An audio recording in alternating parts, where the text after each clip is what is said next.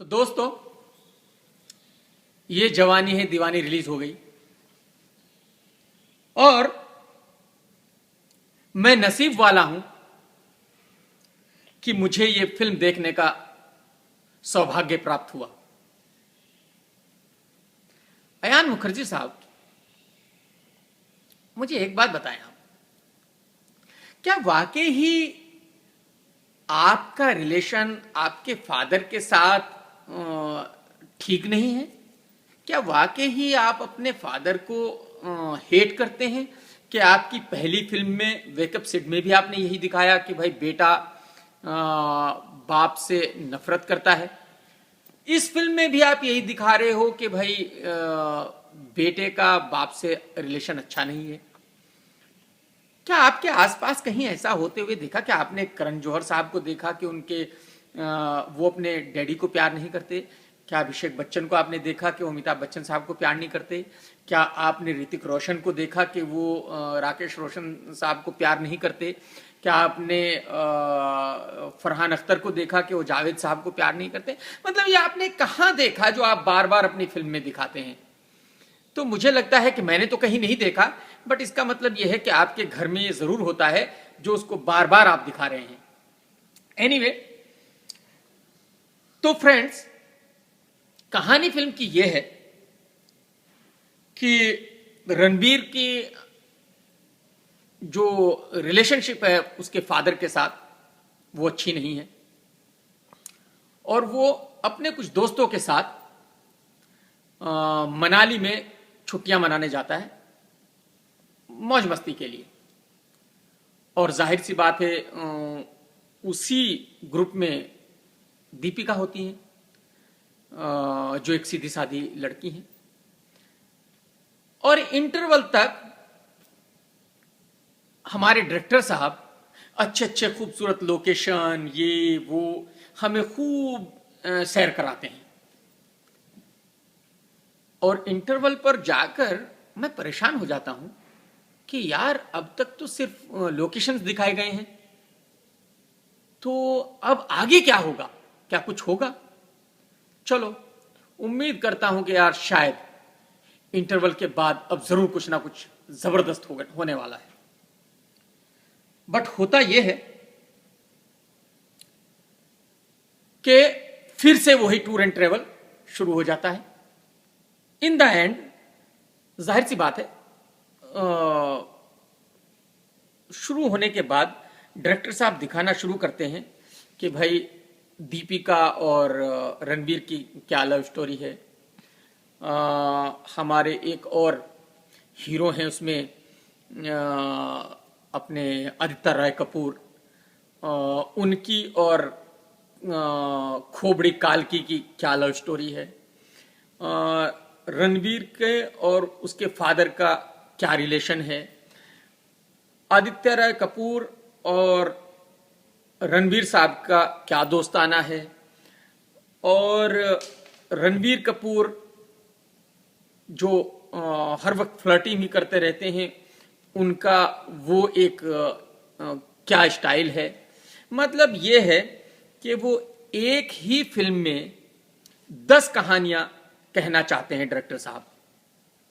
नतीजा यह होता है कि डायरेक्टर साहब एक भी कहानी को सही ढंग से नहीं कह पाते। जाहिर सी बात है फिल्म का कहानी का जो एंड है वो तो पहले ही सीन से पता होता है कि भाई ठीक है रणबीर कपूर साहब और दीपिका मिल जाएंगे, बात खत्म हो गई। तो ये कहानी का सबसे वीक पॉइंट है कि भाई पहले ही सीन से पता है कि क्योंकि कुछ दोनों के बीच में हो ही नहीं रहा, तो जब कुछ हो ही नहीं रहा तो इसका मतलब क्लियर है कि भाई इन द एंड दोनों मिलेंगे ही, कुछ और तो शुरू से आखिर तक हुआ नहीं है। ये हमारी कहानी है। अब आ जाते हैं एक्टिंग पर। यूटीवी ने फिल्म को 55 करोड़ में खरीदा है, तो ये तो हक बनता था कि भाई सिद्धार्थ भाई के दोनों भाई फिल्म में हों। तो वो मोटे वाला और आदित्य, और दूसरे वाला मोटा है, उसका तो आपको पता ही है कि उसको तो वो किस लिए फिल्म में होता है वो तो अल्लाह ही बेहतर जानता है। सिर्फ सिर्फ शायद इसीलिए होता है कि भाई ठीक है, सिद्धार्थ भाई का भाई है।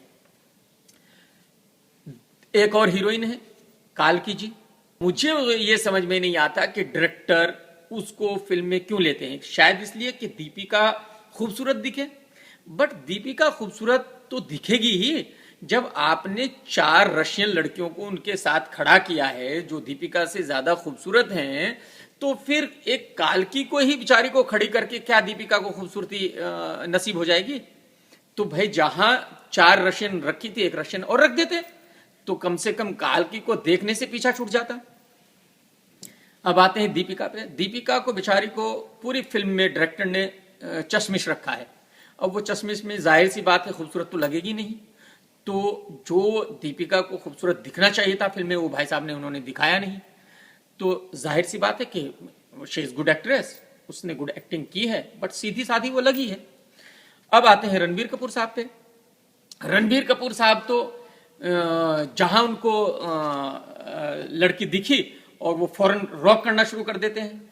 भाई साहब, रणबीर साहब, ये तो हमें पता है कि आपको लड़की बाद में मिलती है और आप रॉक करना पहले शुरू कर देते हैं, ठीक है, बट हाँ फिर भी उन्होंने एक्टिंग बहुत अच्छी की है।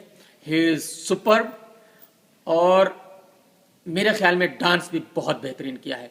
वो जब जब स्क्रीन पे होते हैं दिखता है कि भाई हाँ एक स्टार का ऑरा है, एक फ्यूचर सुपरस्टार है। और जाहिर सी बात है ही इज माइंड ब्लोइंग, जबरदस्त, वेरी गुड। इसके बाद अब आते हैं कैमरा वर्क पे। कैमरा ऑफ कोर्स, क्योंकि फिल्म मनाली में शूट हुई है तो लोकेशंस आर वेरी गुड, बर्फ, पहाड़ियां, फैंटास्टिक। और कैमरामैन भी मेरे ख्याल में बहुत अच्छा है, जिन्होंने बहुत अच्छा काम किया है। अब आ जाते हैं म्यूजिक पर।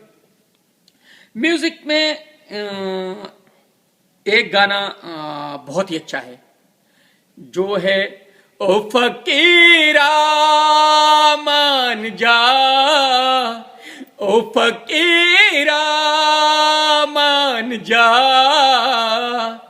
ये गाना बहुत अच्छा है। बाकी गाने ठीक ठीक है।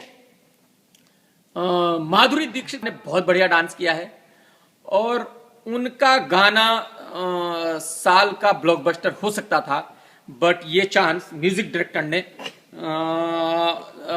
मिस कर दिया है और मेरे ख्याल में ये फिल्म के लिए अच्छा नहीं है।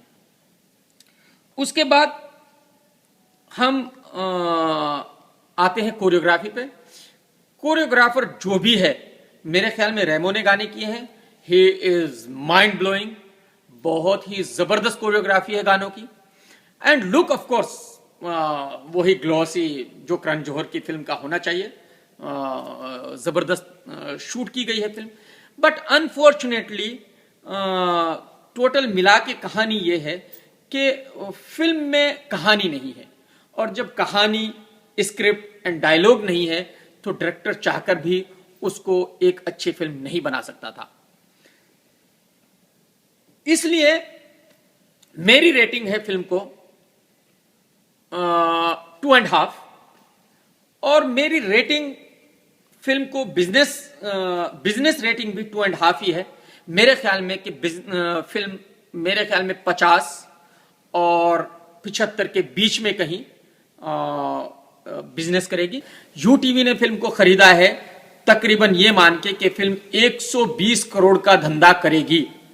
भाई साहब, वो अंधेरे में तीर कभी कभी चल जाता है, वो बर्फी में एक दफा चल गया, बार बार अंधेरे में तीर नहीं चलता सरकार।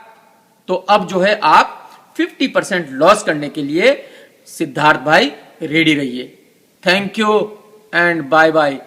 एक बार फिल्म को आप देख सकते हैं, एक बार फिल्म देखने में कोई बुराई नहीं है। आप अगर एक बार फिल्म को देखना चाहें तो जाइए एंड एंजॉय द फिल्म।